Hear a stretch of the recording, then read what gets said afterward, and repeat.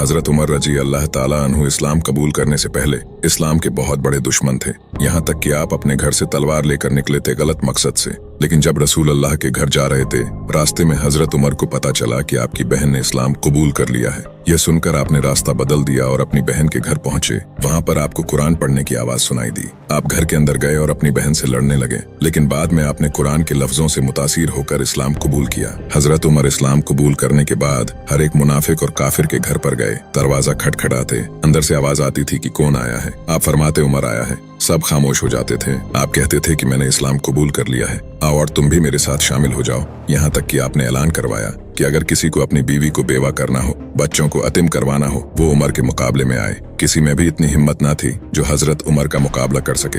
हजरत उमर के इस्लाम कबूल करने से पहले मुसलमान चुप कर नमाज पढ़ते थे, लेकिन जैसे ही हजरत उमर के इस्लाम कबूल करने के बाद मुसलमान बेखौफ होकर नमाज पढ़ना शुरू कर दिया। हमारे प्यारे नबी हजरत मोहम्मद सल्लल्लाहु अलैहि वसल्लम ने हजरत उमर को फारूक के लक़ब से नवाजा था, जिसका मतलब है सच को झूठ से अलग करने वाला। हजरत मोहम्मद सल्लल्लाहु अलैहि वसल्लम ने फरमाया, मेरे बाद अगर कोई नबी होता तो वो उमर होता। जिस रास्ते से उमर गुजरे उस रास्ते से शैतान गुजर नहीं सकता। इस दुनिया की तारीख में क्या कोई ऐसा बादशाह, कोई ऐसा हुक्मरान गुजरा है जो 22 लाख मुनव्वा मिल इलाका फतह करने के बाद मस्जिद में झाड़ू दे रहा हो? आपके खिलाफत का यह आलम था कि आप रातों में गलियों में चक्कर लगाते थे कि अगर किसी को कोई जरूरत हो तो वो मैं पूरी कर दो। एक बार आप एक घर के सामने से गुजर रहे थे तो आपने उस घर से रोते हुए बच्चों की आवाज सुनी। जब आपने उनकी माँ से पूछा तो उन्होंने बताया कि ये बच्चे भूख से रो रहे हैं। आप आवाम के गोदाम में गए। वहाँ पर हजरत उमर ने अनाज का बोरा अपनी पीठ पर रखा और फिर उन बच्चों के घर पर आए और अपने हाथ से खाना बनाकर खिलाया।